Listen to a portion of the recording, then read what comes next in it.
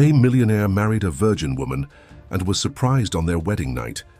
His bride looked into his eyes and refused any intimacy. For the first time, the millionaire didn't have full control of the situation. Check out this intriguing story and many others on our channel. The Beaumont estate glowed in the soft evening light, its massive columns and pristine white facade reflecting the sunset's golden hue. Nestled in the rolling hills of Virginia's horse country, the mansion stood as a testament to old American wealth and tradition. Tonight, it played host to what many social columns were already calling the wedding of the decade. Alexander Prescott, 38, stood at the altar with the confidence of a man who had never been denied anything in his life. His tailored tuxedo accentuated his athletic build, a remnant of his college rowing days at Yale. His steel-gray eyes surveyed the crowd of 300 elite guests with the calculated assessment of a seasoned CEO. After building Prescott Industries into a technology empire worth billions, Alexander had decided it was time to secure the final piece of his meticulously constructed life, the perfect wife. Eleanor Hayes was that final piece. At 26, she embodied everything Alexander required: beauty that turned heads without being ostentatious, an impeccable family background, and a demeanor that whispered of traditional values. Her white gown cascaded around her like falling water, her honey blonde hair arranged in an elegant updo that accentuated her delicate features. When she spoke her vows, her voice carried just enough emotion to appear genuine without becoming theatrical. Perfect, Alexander thought as they exchanged rings. Everything was exactly as planned. The reception unfolded with clockwork precision at the Beaumont's grand ballroom. Crystal chandeliers cast prismatic light over tables, adorned with arrangements of white roses and peonies. The 8-piece orchestra played classical selections that Alexander had personally approved weeks before. Conversations hummed at the precise volume of refined celebration. Never too loud, never too subdued.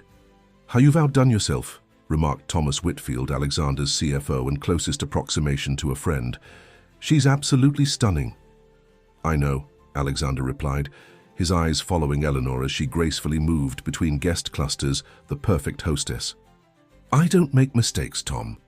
When it came time for their first dance, Eleanor moved in perfect synchronization with Alexander's lead.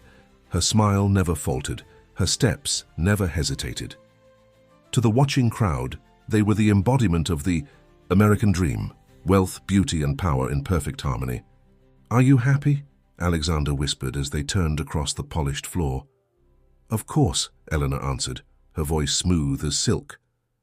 But Alexander noticed something in her emerald eyes that he couldn't quite place, a flicker of something distant and guarded. As the night progressed and guests began departing, Alexander found himself increasingly impatient for the moment when they would finally be alone. The marriage contract was sealed, the spectacle performed flawlessly. Now came the true consummation of their arrangement. The presidential suite at the Beaumont featured a king-sized 4-poster bed with Egyptian cotton sheets and a view of the estate's manicured gardens. A bottle of Dom Perignon waited on ice beside a cascade of red rose petals leading to the bed. Alexander had personally overseen these arrangements, as he did with every aspect of his life. When Eleanor emerged from the bathroom in a silk nightgown, Alexander approached her with the confidence of a man accustomed to taking what he wanted. He placed his hands on her shoulders, leaning in to kiss her neck. Eleanor stepped back. Her movements were deliberate, her posture suddenly rigid. "I can't," she said simply, her voice devoid of the warmth it had carried throughout the day. Alexander froze, certain he had misheard. "What did you say?" "I said I can't." Eleanor's eyes met his, unflinching. "Not tonight." For the first time in years, Alexander Prescott found himself speechless. Blood rushed to his face as confusion quickly transformed into anger. "This isn't optional, Eleanor," he said, his voice dangerously quiet.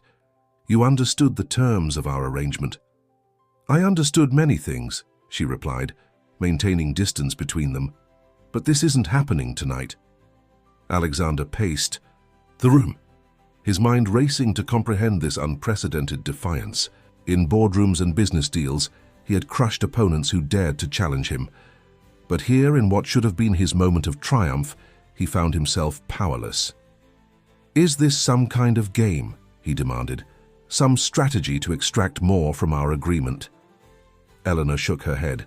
"No games, Alexander. Just a boundary." She moved to the window, gazing out at the moonlit gardens below. Her reflection in the glass showed no fear, no hesitation, only resolve. Alexander's hand trembled slightly as he poured himself a scotch from the bar cart. "You understand that this marriage comes with certain expectations," he said, struggling to maintain his composure. "I do," Eleanor replied, still facing the window, "and many of them I will meet. But not this. Not tonight." The tension hung between them like a physical presence. Alexander had built his empire on anticipating every variable, controlling every outcome. This defiance was not merely unexpected, it was incomprehensible. "You should get some rest," Eleanor said, finally turning to face him. "Tomorrow we'll be busy with the brunch and the flight to Fiji."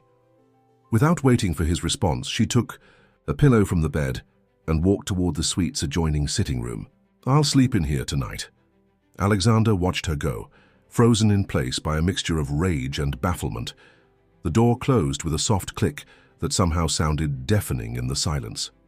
That night, sleep eluded him. Alexander lay awake, replaying the day's events, searching for missed signals. Eleanor Hayes had been thoroughly vetted before he had proposed. Her background check had been impeccable. Family with old money but diminishing fortune, educated at the finest schools, no significant relationships in her past. She had been cultivated by her family to make exactly this kind of marriage. Everything about her had been perfect. Until now. Morning came, and with it, a facade of normalcy that unsettled Alexander even more than the previous night's rejection. Eleanor appeared at breakfast in a cream-colored dress, her hair perfectly styled, her smile firmly in place for the staff. "Did you sleep well?" she asked pleasantly, as though nothing unusual had occurred. Alexander studied her over his coffee cup. "We need to talk about last night." "Not now," Eleanor replied, her eyes flicking meaningfully toward the staff setting out their breakfast. "We have guests arriving in an hour." The post-wedding brunch proceeded without incident. Eleanor played the part of the delighted new bride flawlessly. She laughed at appropriate moments, touched Alexander's arm affectionately, and charmed their remaining guests with practiced ease. It was during these observations that Alexander began to notice something else. Subtle patterns in her behavior. The way she positioned herself in rooms, always with clear sightlines to exits. The careful way she checked her phone, angling it away from curious eyes. The slight tension in her shoulders when certain topics arose in conversation. These weren't the mannerisms of a shy, traditional young woman. They were the habits of someone accustomed to being watched. When they finally boarded the private jet for their honeymoon, Alexander waited until they were airborne before confronting her again. "No more deflections, Eleanor. What happened last night?" Eleanor set down her champagne flute. "I told you already, I couldn't sleep with you." "That wasn't our agreement." "Our agreement," she echoed, a hint of bitterness coloring her tone. "Is that how you view marriage, Alexander? As a business transaction?" "Don't be naive," he replied sharply. "Of course it's a transaction. You gained financial security and social position.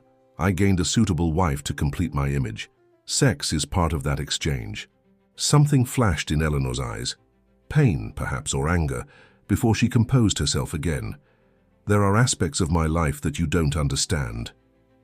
"Then enlighten me." She hesitated, then shook her head. "I can't. Not yet."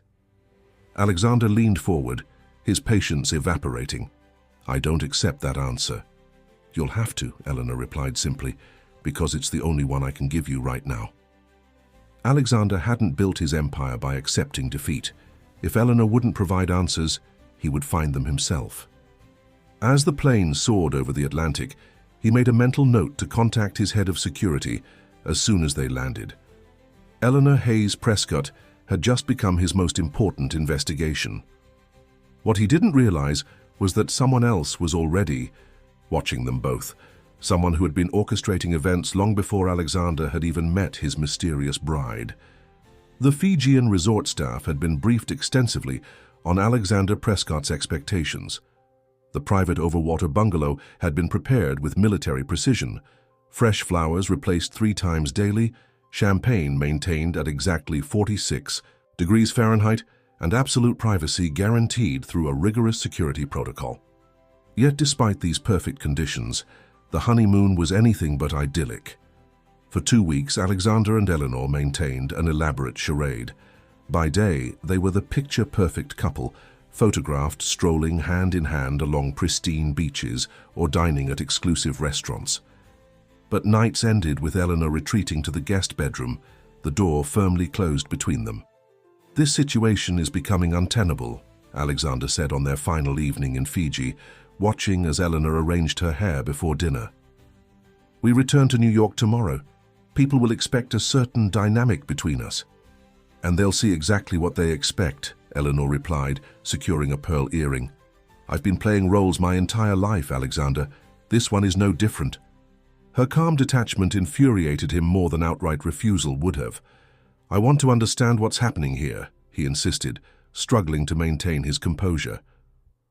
Eleanor turned to face him, her expression softening slightly. "I know you do. And perhaps someday I can explain everything, but not now." "Why not now?" "Because some secrets protect people," she said, her voice barely above a whisper. "And not just me." Before Alexander could press further, she slipped past him toward the door. "We'll be late for our reservation." The next morning, while Eleanor was swimming, Alexander made a call from the privacy of their bungalow's office. "Mason," he said, when his head of security answered, "I need a deeper background check on my wife. No limitations, no boundaries. I want everything: medical records, financial history, previous relationships. If she had a library fine in 3rd grade, I want to know about it." "Sir," Mason's voice held a note of hesitation, "we already conducted an extensive, evidently not extensive enough." Alexander cut him off. "Something's not right. I need answers before we return to New York." "I understand, sir. I'll have a preliminary report ready by the time you land." Alexander hung up, staring out at the turquoise lagoon where Eleanor was performing perfect swimming strokes, methodical, measured like everything else she did. Who was this woman he had married?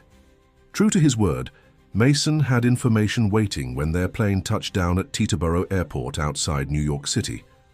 Alexander reviewed the encrypted files on his tablet while Eleanor slept during the final hours of their flight. What he found disturbed him deeply. The initial background check had shown Eleanor's life as straightforward. Born to William and Margaret Hayes in Greenwich, Connecticut, educated at exclusive private schools before attending Vassar, volunteer, work with appropriate charities, no serious relationships prior to meeting Alexander. Mason's deeper dive revealed inconsistencies. Medical records from her supposed childhood contained discrepancies in blood type. Her social security number had only been activated when she was 16, unusual for someone born in the United States. And most troublingly, there were virtually no photographs of Eleanor before her college years, despite her family's prominent social standing.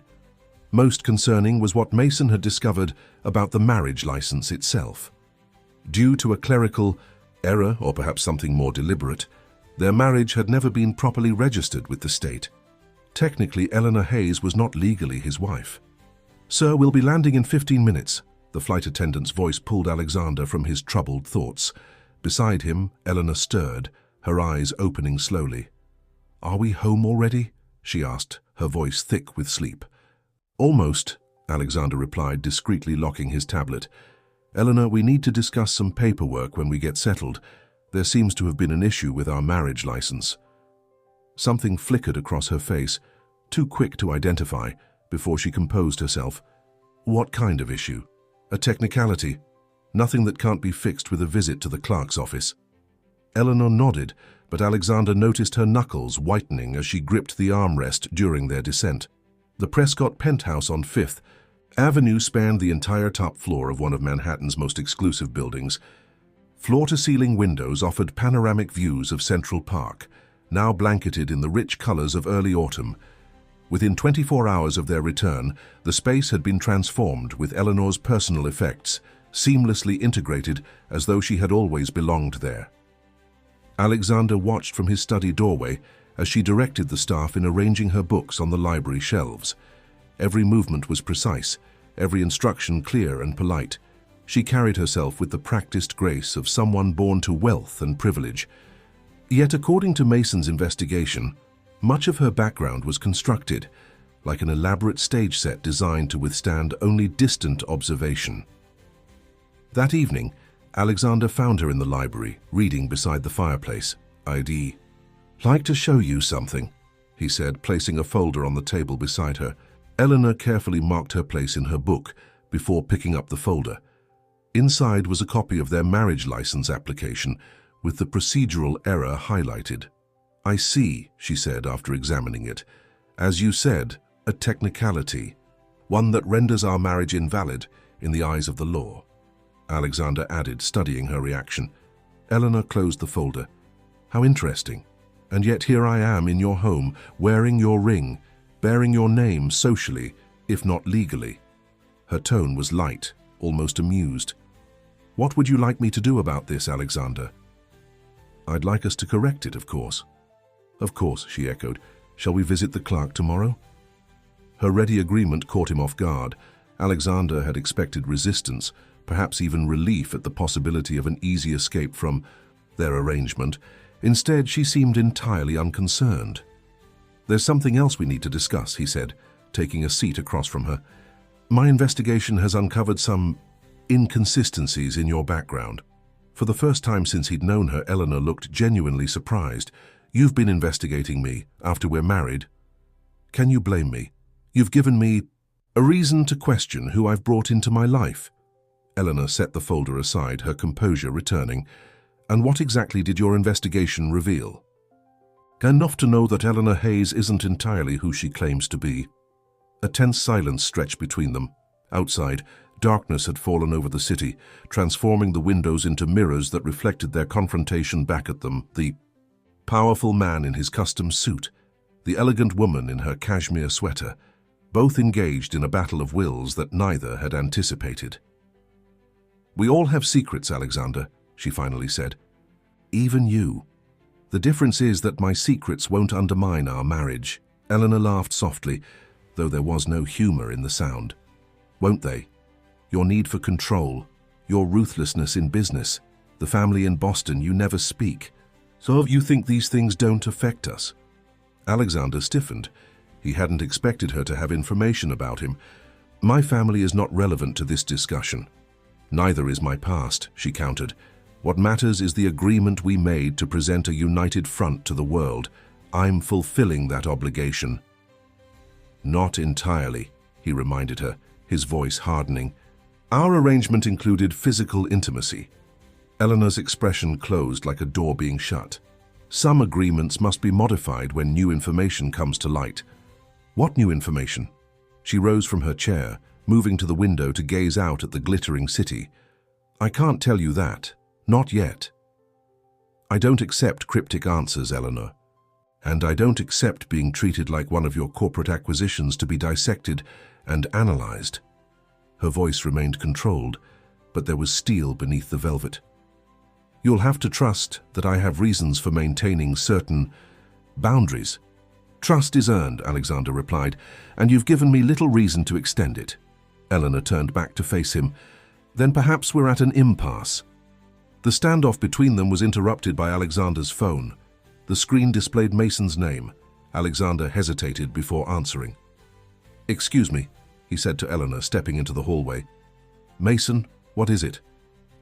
"Sir, I've found something you need to see immediately. It concerns Mrs. Prescott's previous relationships." Alexander glanced back at Eleanor, who had returned to her book, seemingly untroubled by their confrontation. "Send it to my secure server. I'll review it in my study." Minutes later, Alexander stared at his computer screen in disbelief. The document before him was a marriage certificate dated 5 years earlier. It listed Eleanor Hayes as the bride. The groom's name was Michael Lancaster. According to public records, Michael Lancaster had disappeared during a sailing trip in the Caribbean 3 years ago. His body had never been recovered, but after an extensive search, he had been legally declared deceased. Eleanor Hayes had been married before, to a man who was presumed dead. As Alexander processed this revelation, a notification appeared on his screen. An email had arrived from an anonymous sender. The subject line read simply, "She isn't yours." With growing unease, Alexander opened the message. It contained no text, only an image attachment. When he clicked to view it, his blood ran cold. The photograph showed Eleanor, recognizably younger but unmistakable, standing beside a man whose face was partially obscured. They were on a beach, her head resting against his shoulder, a diamond ring visible on her left hand. The timestamp on the image was from 2 months ago. Michael Lancaster was alive, and somehow he was still connected to the woman Alexander had married. As Alexander stared at the image, a movement in his peripheral vision caught his attention. Eleanor stood in the doorway of his study, her expression unreadable. "I believe," she said quietly, "that we have much more to discuss than a clerical error on our marriage license." Alexander rotated his computer screen so Eleanor could see the photograph. Her reaction was subtle but unmistakable, a quick intake of breath, a slight paling of her complexion. For several seconds, she remained perfectly still, as though frozen in place. "Would you care to explain this?" Alexander's voice was dangerously calm. Eleanor moved forward slowly, her eyes fixed on the image. When she finally spoke, her voice was barely audible. "Where did you get this?" "That's hardly the most pressing question right now, don't you think?" Alexander leaned back in his chair, studying her. "I'd be more concerned with explaining how your supposedly deceased husband appears to be very much alive, or why you married me when you're legally bound to another man." Eleanor sank into the chair opposite his desk, her composure slipping for the first time since he'd known her. She looked suddenly vulnerable, almost fragile, a stark contrast to the poised, controlled woman he'd come to know. "Michael Lancaster," Alexander continued when she remained silent. "Successful investment banker, presumed dead after a sailing accident in the Caribbean 3 years ago, except it seems the reports of his demise were greatly exaggerated." "You don't understand," Eleanor finally said, looking up to meet his gaze. "This is more complicated than you can possibly imagine." "Then enlighten me." Alexander folded his hands on the desk. "Because right now, it appears I've been manipulated into a fraudulent marriage by a woman with substantial secrets." Eleanor glanced toward the door, then back at Alexander. "Is this room secure? No recording devices? No possibility of being overheard?" The question caught him off guard. "My office is swept for bugs weekly. We're alone and secure." She nodded, drawing a deep breath. "Michael Lancaster was my husband, is my husband legally speaking, but our relationship is not what public records suggest." "Go on." "I met Michael when I was 21, fresh out of college. He was brilliant, charming, from a good family, everything my parents wanted for me." Eleanor's voice took on a distant quality, as though recalling events that had happened to someone else. "The courtship was whirlwind. Within 6 months we were married. And then? Then I discovered who he really was." Her hands twisted in her lap. "Michael's investment firm was a front. His real business involved moving money for some very dangerous people. By the time I understood what was happening, I was already deeply entangled in his world." Alexander's expression remained impassive, though his mind was racing to process this information. "You're saying your husband was involved in money laundering?" "Among other things," Eleanor confirmed. "When I confronted him, tried to leave, he made it very clear that wasn't an option. Our marriage wasn't about love. It was about creating a respectable front for his operations. I was an asset, nothing more." "And the sailing accident?" Eleanor's lips curved in a humorless smile. "Staged, obviously. Michael needed to disappear for a while, create a new identity. The grieving widow provided perfect cover while he established himself elsewhere."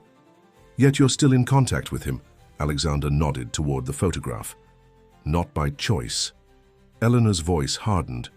Michael never truly let me go. He monitors me, controls aspects of my life from the shadows. That photograph was taken during an arranged meeting, one I was compelled to attend. Alexander's skepticism must have shown on his face, because Eleanor leaned forward, her eyes intense. Do you think I wanted this life? Living in fear, always looking over my shoulder, unable to form genuine connections? Her voice trembled. Slightly. I've been trying to escape Michael's influence for years. When I met you, when you proposed, I saw an opportunity. To use me as protection, Alexander concluded, his voice cold. To build a new life, Eleanor corrected. Your wealth, your power, your connections, I thought they might finally give me the leverage to break free. Alexander stood, moving to the window to gaze out at the Manhattan skyline. The pieces were starting to fit together. Her reluctance for physical intimacy, her careful management of her public image, her hyper-awareness of her surroundings. Why not go to the authorities? He asked, turning back to face her. Eleanor's laugh was brittle. With what evidence? Michael is meticulous. Besides, his connections extend to law enforcement. Previous attempts ended badly. And our marriage? The legal issues with the license? That was Michael's doing, she said. A reminder that he still controls the narrative. He has people everywhere, Alexander. Nothing happens in my life without his knowledge. Alexander returned to his desk, pulling up another document on his computer. According to my investigation, there's no record of you before age 16. Care to explain that discrepancy? Eleanor hesitated, clearly weighing how much to reveal. My identity was reconstructed. My original records were sealed for protection. Protection from whom? My father's business associates, she said vaguely. Like Michael, he operated in worlds where family members became leverage. After a particularly dangerous situation, we were given new identities, a fresh start. Alexander studied her face, searching for signs of deception. 13 circumstances. So Eleanor Hayes is not your birth name? No. And does Michael Lancaster know your true identity? A flash of something, fear perhaps, crossed her features. Yes. It's partly why he won't let me go. I know too much about his operations, and he knows exactly who to threaten if I ever exposed him. They sat in silence as Alexander processed this revelation. Outside, rain had begun to fall, streaking the windows and casting wavering shadows across the room. That's why you won't. Sleep with me, he finally said. You're afraid of Michael's retaliation? Eleanor nodded slowly. He made it explicitly clear what would happen if our marriage became real. My refusal that first night wasn't about rejecting you, Alexander. It was about keeping us both safe. From a man who's officially dead, Alexander said skeptically. From a man who has nothing to lose, Eleanor countered. Michael's death gave him freedom to operate without scrutiny. He can move between identities, countries, legal systems. The ultimate ghost, invisible, but ever present. Alexander reached for his phone. This is absurd. We're going to the FBI. Right now. No. Eleanor's reaction was immediate and visceral. She lunged across the desk, grabbing his wrist. You don't understand what he's capable of. If you involve authorities, people will get hurt. I don't respond well to threats, Eleanor, if that's even your name. It's Olivia, she said quietly, releasing his wrist. My real name is Olivia Calloway. The admission hung in the air between them. For the first time, Alexander saw genuine emotion in her eyes, fear mixed with a desperate kind of hope. Michael has been watching us since the wedding, she continued.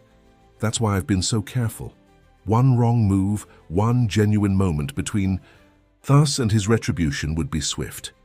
Alexander was about to respond when his phone chimed with another email notification. The sender was anonymous, like before. With growing unease, he opened the message. The text was brief. Ask your wife about the basement in Aspen. Alexander looked up to find Eleanor, Olivia, watching him intently. What does the basement in Aspen mean to you? All color drained from her face. How do you know about that? She whispered. Another anonymous message. presumably from your not-so-deceased husband. She stood abruptly, moving to the liquor cabinet in the corner of the office. With trembling hands, she poured herself a generous measure of scotch and drank it in one swallow. "The basement in Aspen," she repeated, her voice hollow. "That's where it all fell apart." "Explain." "Michael owned a property in Aspen. Remote, secluded. I discovered what was in the basement during our second winter there." She poured another drink. "Financial records, blackmail material, evidence of his connections to people who should have been in prison." "And you did nothing with this information?" Alexander's tone was accusatory. Olivia's eyes flashed with sudden anger. "I tried. I copied files, collected evidence. I was going to the FBI, prepared to testify whatever it took." She set down her glass with enough force that the crystal made a sharp sound against the wood. "The next day, my younger sister was in a car accident that nearly claimed her life. The message was clear: stay silent, or people disappear." Alexander felt a chill that had nothing to do with the room's temperature. "You're saying he orchestrated an accident as a warning?" "It wasn't an accident," Olivia said flatly. "It was a demonstration, and it worked. I destroyed the evidence and played my part as the devoted wife until he staged his disappearance." Another email notification chimed on Alexander's computer. With growing dread, he opened it. This time, there was no text, only an attachment, a video file. Alexander clicked play, acutely aware of Olivia's presence behind him, watching over his shoulder. The footage showed Alexander himself, entering his office building downtown. Then another clip, Alexander jogging in Central Park. A third, Alexander dining at an exclusive restaurant, all from the past week, all taken from a distance, without his knowledge. The final segment of the video showed Olivia swimming in their pool that morning. The footage was taken from inside their penthouse. "He's been in our home," Alexander said, his voice tight with controlled rage. "No," Olivia corrected quietly. "Someone who works for you has been feeding him information.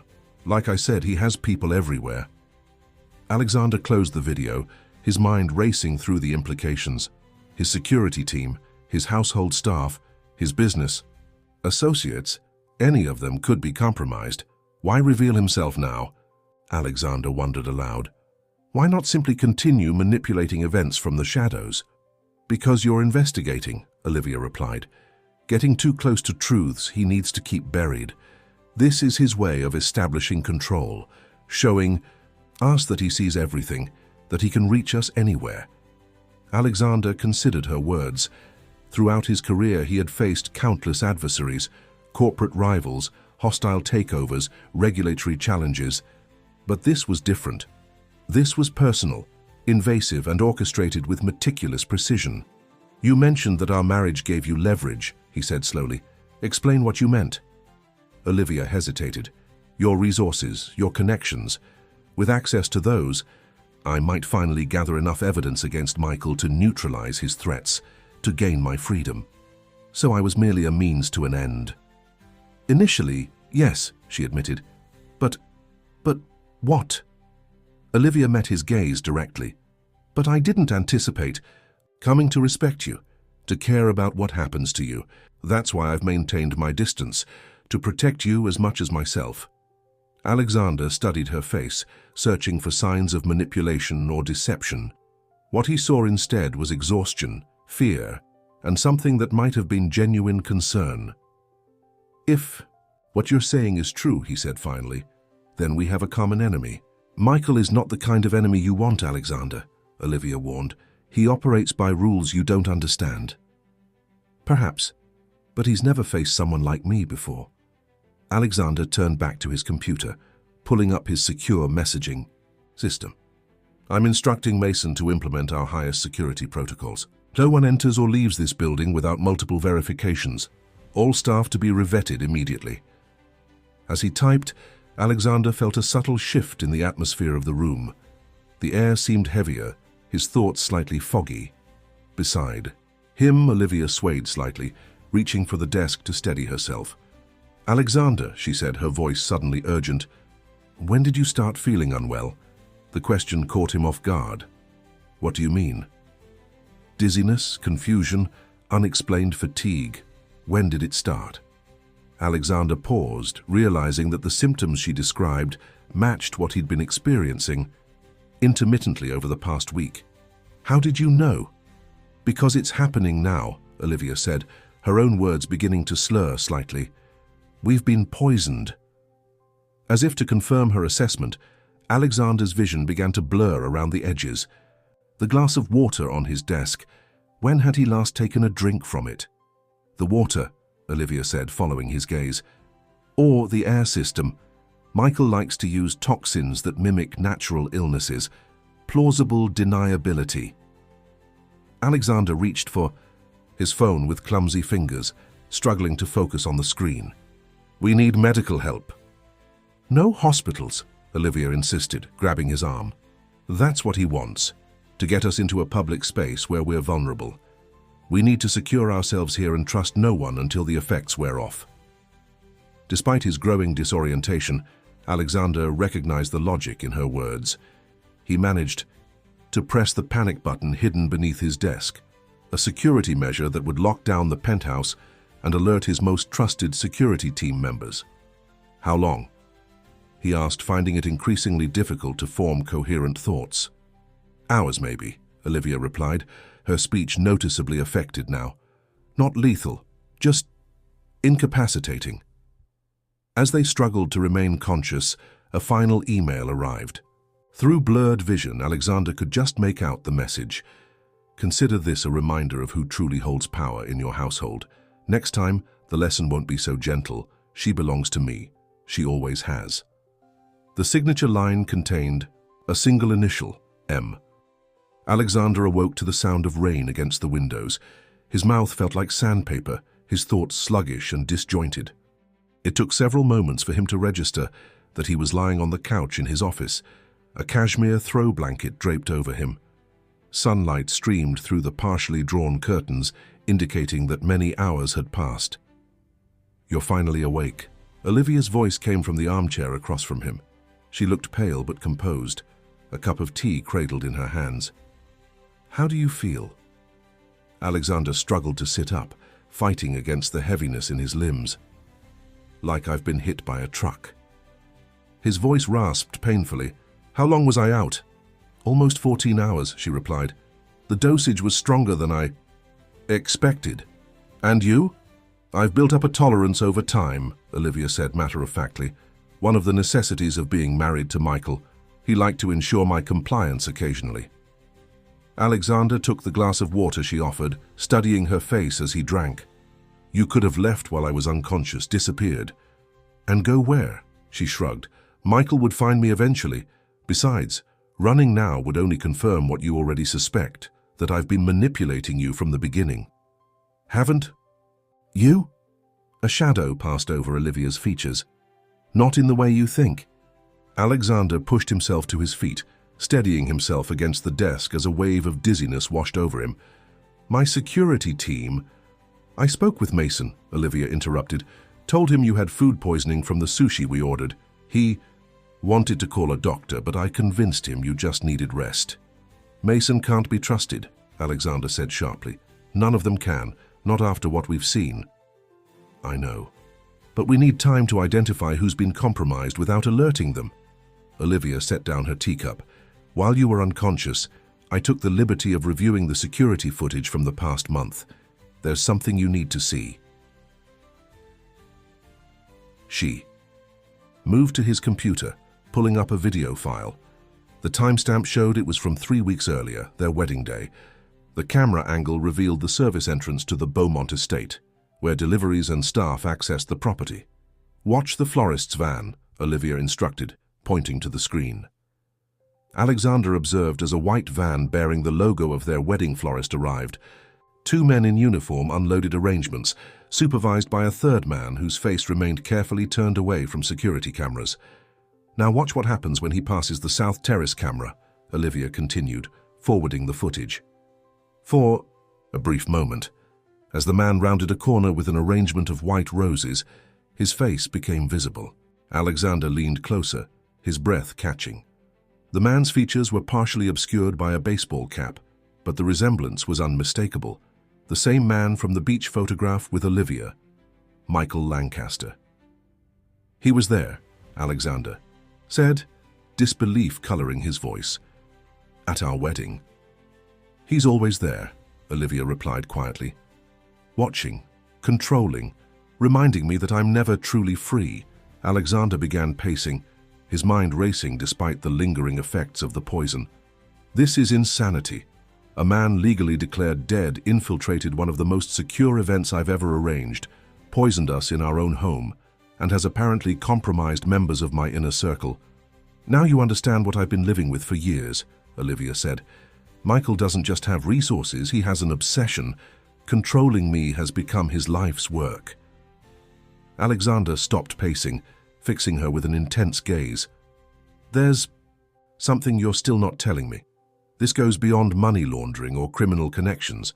No one goes to these lengths without a more compelling motive. Olivia held his gaze for a long moment before her shoulders slumped slightly. You're right, there's more. She took a deep breath. Michael doesn't just want to control me, he needs to. Why? Because I'm the only person alive who can connect him to the Riverside massacre. The name triggered instant recognition. 5 years earlier, the execution-style killings of 7 people at a Riverside warehouse had dominated headlines for months. The case remained unsolved, though rumors had long circulated about connections to organized crime. Michael orchestrated, Olivia continued, her voice flat, used his financial network to hire the killers, launder the payment, establish alibis. I found the evidence in that basement in Aspen. Recordings, financial transfers, names. Why would he keep evidence of something like that? Insurance, Olivia explained. Leverage against his associates. Michael documented everything as protection against betrayal. She laughed bitterly. The irony is that I became his greatest vulnerability, the one person who had seen the evidence and couldn't be eliminated without raising questions. Alexander's analytical mind began assembling the pieces. So he staged his own disappearance, established a new identity, but kept you under surveillance to ensure your silence. Exactly. The grieving widow narrative provided perfect cover while he rebuilt his operation under a new name. As long as I played my part, those I cared about remained safe. And then I came along, Alexander said slowly. A potential complication to his carefully constructed system. More than a complication, Olivia corrected, a threat. Your resources, your connections, your influence, all of it could potentially expose him if you decided to dig too deeply into my past. Alexander returned to his desk, pulling up his secure messaging system. We need to act quickly. If what you're saying is true, we have leverage we can use against him. What are you thinking? Michael has maintained his power through fear and careful manipulation of information, Alexander said, fingers flying across the keyboard. But he's not invincible. His greatest advantage has been operating from the shadows, being legally dead. You can't expose him without putting us both at risk, Olivia warned. I'm not going to expose him yet. Alexander looked up at her. I'm going to do what I do best, change the rules of engagement. Over the next 48 hours, Alexander and Olivia rarely left the penthouse. Working from his secure office, Alexander initiated a series of carefully orchestrated moves. First, he quietly transferred significant assets to offshore accounts under shell companies that even his financial advisors couldn't trace. Then, he activated a network of contacts in federal law enforcement, individuals whose integrity he trusted implicitly, communicating through channels that bypassed his potentially compromised security team. You're preparing for war, Olivia observed as she watched him work. I'm evening the odds, Alexander corrected. Michael has been playing this game unopposed for too long. He's never faced an adversary with resources matching his own. On the third morning, Alexander received confirmation that the preliminary steps of his plan were in place. As he and Olivia ate breakfast in the penthouse kitchen, he outlined the final phase. We're going to Aspen, he announced. Olivia froze, her coffee cup halfway to her lips. That's exactly what he expects. It's walking into a trap. Sometimes, the best move is the one your opponent anticipates, but for the wrong reasons. Alexander slid a tablet across the table to her. I've arranged for a very public trip. Private jet filing flight plans, hotel reservations in both our names, dinner reservations at high-profile restaurants. I don't understand. How does exposing our movements help us? Because while Michael's attention is focused on our decoy trip to Aspen, a specialized team will be accessing the property quietly, documenting everything in that basement, securing evidence, establishing surveillance. Understanding dawned in Olivia's eyes. You're setting him up. I'm creating options, Alexander corrected. If the evidence you described exists, we gain legitimate leverage. If not, we force him to make a move that exposes his position. And if he decides to eliminate us both before your plan can unfold? Alexander's expression hardened. That possibility has been accounted for, which is why you and I will actually be at my lodge in Jackson Hole, Wyoming, a property known to only my most trusted associates. The couple traveling to Aspen will be professional security operatives who bear a passing resemblance to us. For the first time since he'd known her, Olivia smiled genuinely. You really aren't like the others he's manipulated. I built my empire by anticipating opponents' moves, Olivia. Michael has been playing chess. I intend to change the game entirely. The next morning, they boarded Alexander's private helicopter from the rooftop of his building, bypassing the usual security protocols. As Manhattan receded behind them, Alexander observed a subtle change in Olivia's demeanor, a lightness as though a burden was beginning to lift. What made you finally trust me? He asked as they flew over the sprawling landscape below. Olivia considered the question. When you had the opportunity to turn me in, expose me, or simply walk away, you didn't. Instead, you chose to understand. Few people in my life have made that choice. Their arrival at the secluded Jackson Hole property coincided with reports that Mr. and Mrs. Prescott had checked into the St. Regis in Aspen. Alexander's operatives were playing their roles perfectly, creating a digital trail of restaurant reservations, spa bookings, and social appearances, all designed to occupy Michael's attention. 3 days into their seclusion, Alexander received an encrypted message from his team in Aspen. They had successfully accessed the basement. What they found exceeded even Olivia's descriptions: comprehensive financial records documenting years of illegal operations, blackmail material on prominent figures in business and politics, and most significantly, detailed evidence connecting Michael Lancaster to the Riverside killings.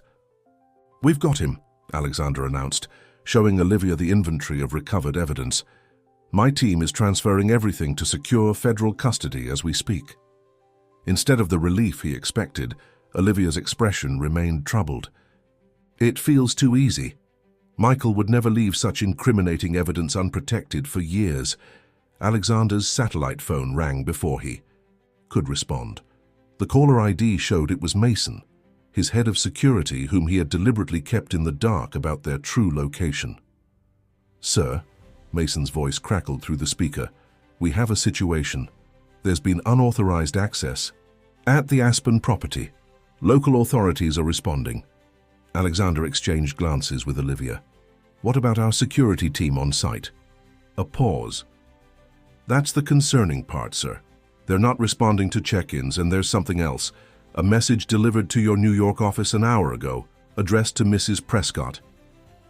What does it say? Alexander demanded. Just 4 words, sir. Rules have been broken. After ending the call, Alexander found Olivia standing by the window, her posture rigid with tension. He knows, she said quietly. Somehow, he knows what we've done. That changes nothing, Alexander insisted. The evidence is already secure beyond his reach. It's over, Olivia. She turned to face him, her expression suddenly resolute. There's something else you need to know. Something I've never told anyone. Alexander waited silently as she gathered her thoughts. Michael's obsession with controlling me isn't just about the evidence I discovered, she said slowly. It's about what I represented in his life. The perfect facade, the respectable wife who gave legitimacy to his operations. I understand that. No, you don't, she interrupted. Because there's more to it. Michael isn't just obsessed with control.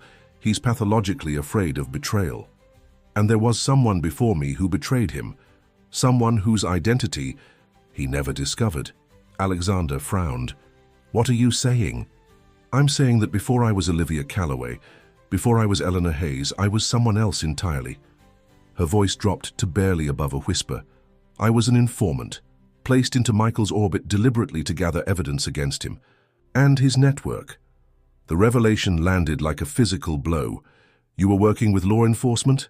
Not exactly. A private intelligence firm, contracted by clients who had suffered losses because of Michael's operations. My job was to get close, gather information, build a case. She smiled ruefully. I was very good at my work. Too good. I successfully infiltrated his inner circle, became his wife, gained his trust, and then discovered that the people I was working for were just as corrupt as he was. What happened? I tried to extract myself, take the evidence to legitimate authorities. That's when everything collapsed. Michael discovered I was gathering information, though he never learned who I really was or who I worked for. My handlers abandoned me when the operation was compromised. Her eyes met his. That's when the real nightmare began. Being trapped with a man who knew I had betrayed him but couldn't eliminate me without risks to himself. Alexander absorbed this new information, reassessing everything he thought he knew about the woman before him. So when you married me, it wasn't just about escaping Michael, she admitted. It was about finding someone powerful enough to end this permanently. Someone with the resources and influence to do what I couldn't do alone. Before Alexander could respond, the perimeter alarm sounded. A shrill, insistent warning that someone had breached the property's outer security. He's found us, Olivia whispered. Alexander moved swiftly to the security panel, activating the lodge's defensive measures, reinforced shutters over the windows, electronic locks engaging on all entry points. His phone buzzed with an automatic alert from the system. The security camera footage showed a helicopter approaching their location, not his own, but a sleek black craft with no identifying markings. It was touching down in the clearing beyond the tree line. I need to get you to the panic room, Alexander said, taking Olivia's arm. The reinforced basement area has independent communications, supplies for days, and a concealed exit tunnel. We can't just hide, Olivia protested as he led her toward the hidden staircase. If Michael has found us here, he's already several steps ahead. Trust me, Alexander replied grimly. This scenario has been anticipated. As they descended to the basement level, the power in the lodge cut out suddenly, plunging them into darkness before emergency lighting activated seconds later. He's cutting off our communications, Alexander said, quickening their pace. Standard procedure for a tactical approach. The panic room was disguised as a wine cellar, with a reinforced door hidden behind a rack of vintage bottles.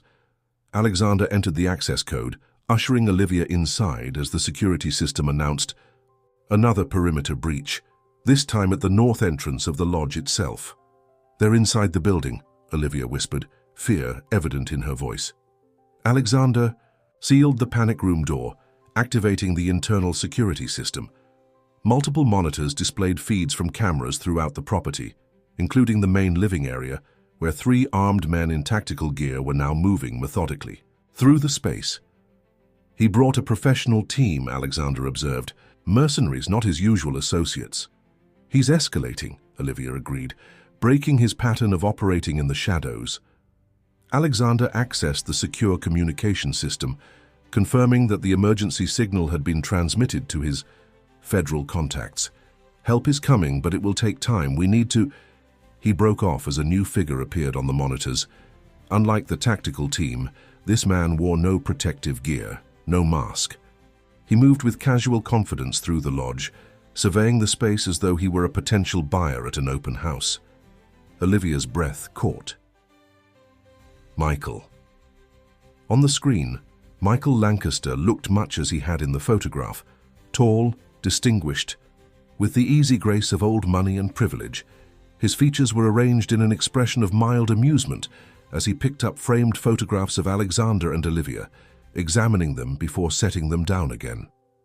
He's sending a message, Olivia said quietly, showing that he can reach us anywhere, that nothing is truly private. Alexander watched the monitors intently. He's also making a critical mistake. By showing himself, he's confirming his existence to federal authorities. The moment he stepped onto this property, multiple cameras documented his presence. That won't matter if we don't survive to testify, Olivia pointed out. As if hearing her words, Michael looked directly into one of the hidden cameras. He smiled, a cold, knowing expression, and spoke clearly. I know you're watching, Olivia, and I know about the panic room. Did you really think I wouldn't plan for this? He gestured to his men, who immediately began searching for access points. To the basement level. How could he possibly know about this place? Alexander demanded. The property isn't even in my name. It's held through layers of shell companies. Olivia's face had gone pale. Because I told him. What? Not willingly, she added quickly. When Michael first began poisoning me years ago, he used various compounds to make me compliant, to reveal information. I developed tolerances to most of them over time, learned to resist their effects. But in those early days, she trailed off. He made me create what he called insurance files, detailed information about people I encountered, properties I visited, security systems I observed. And you remembered this place from when? A charity event, 3 years ago? Before we met formally, you hosted a fundraiser here for the Conservancy Trust. Her eyes met his. I was working as an event coordinator, part of my cover while gathering intelligence on one of the guests. You wouldn't remember me. I was careful to remain in the background, but I observed everything about the property, including the security measures. On the monitors, Michael's team had located the hidden staircase to the basement level. They were proceeding cautiously, sweeping for traps or additional security measures.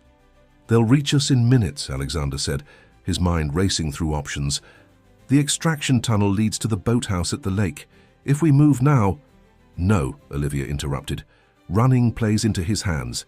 It never ends, Alexander. I've been running for years. She straightened her shoulders, a new determination in her expression.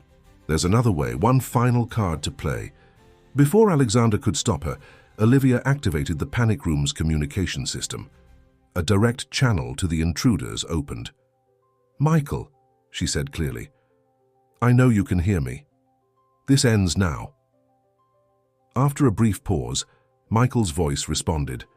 Through the speaker, my darling wife, always so dramatic, open the door and we can discuss terms like civilized people. No discussion, Olivia replied.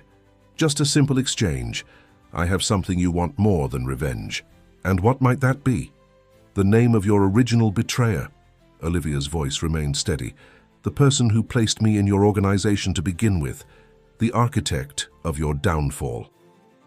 Silence stretched for several seconds before Michael responded, his tone noticeably less confident. You're bluffing. You've never known that information. Didn't I? Olivia challenged. Why do you think I was chosen for the assignment? Why do you think I was able to get so close so quickly? Someone who knew your preferences, your weaknesses, your routines, selected me specifically because they knew I was exactly your type.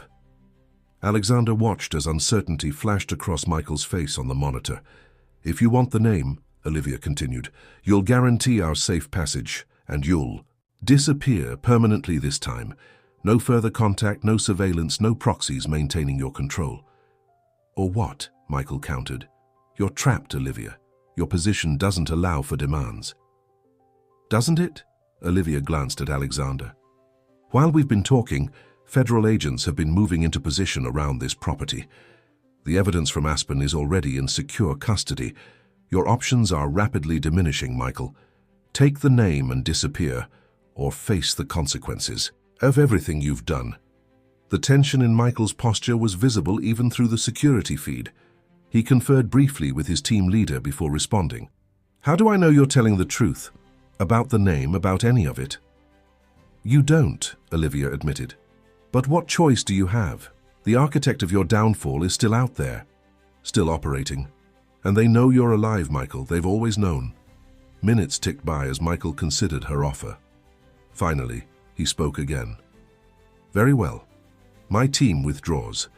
You provide the name through an encrypted channel of my choosing.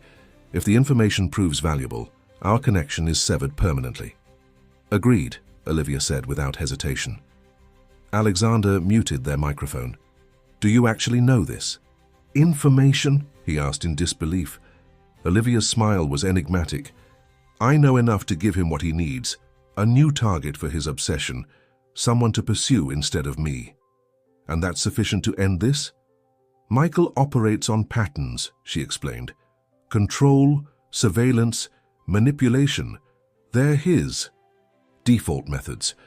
But above all else, he needs to eliminate threats.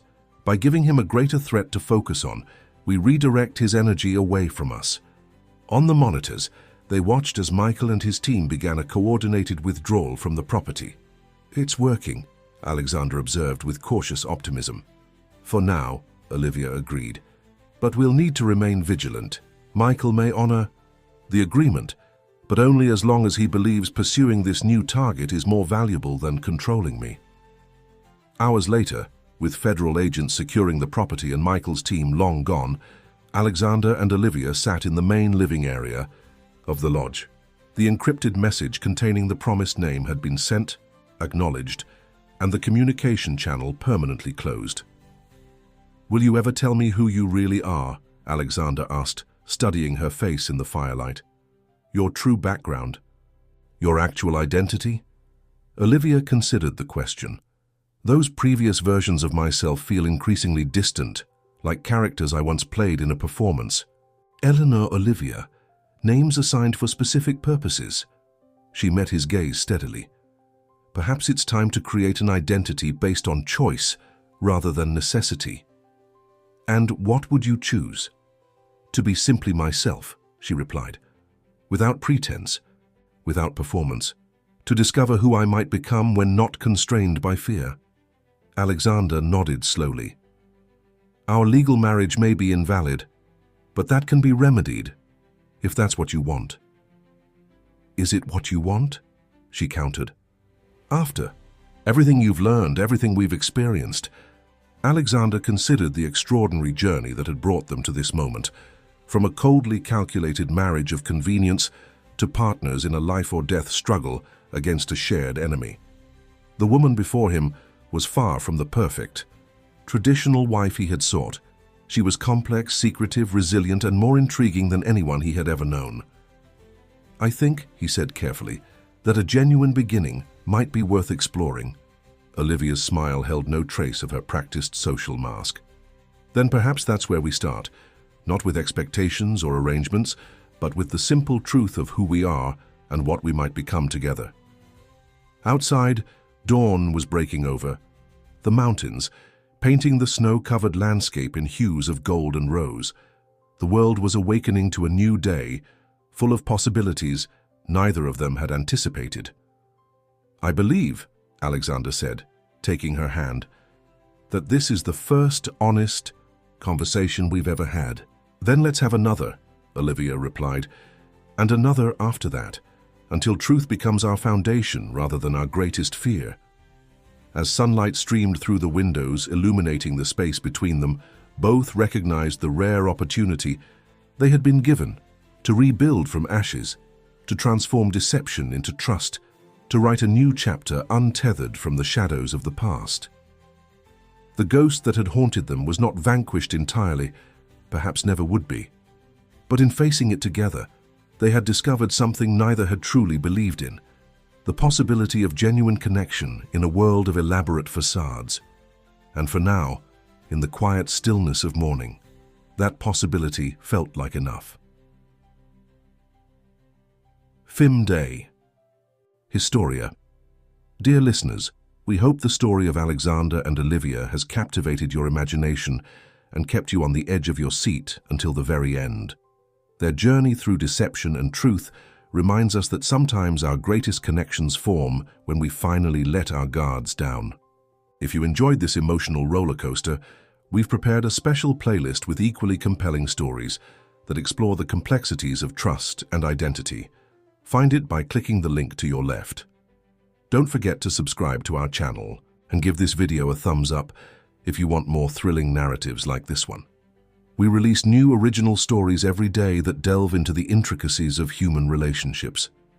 What was your favorite moment from Alexander and Olivia's story? We're eager to hear your thoughts in the comments below.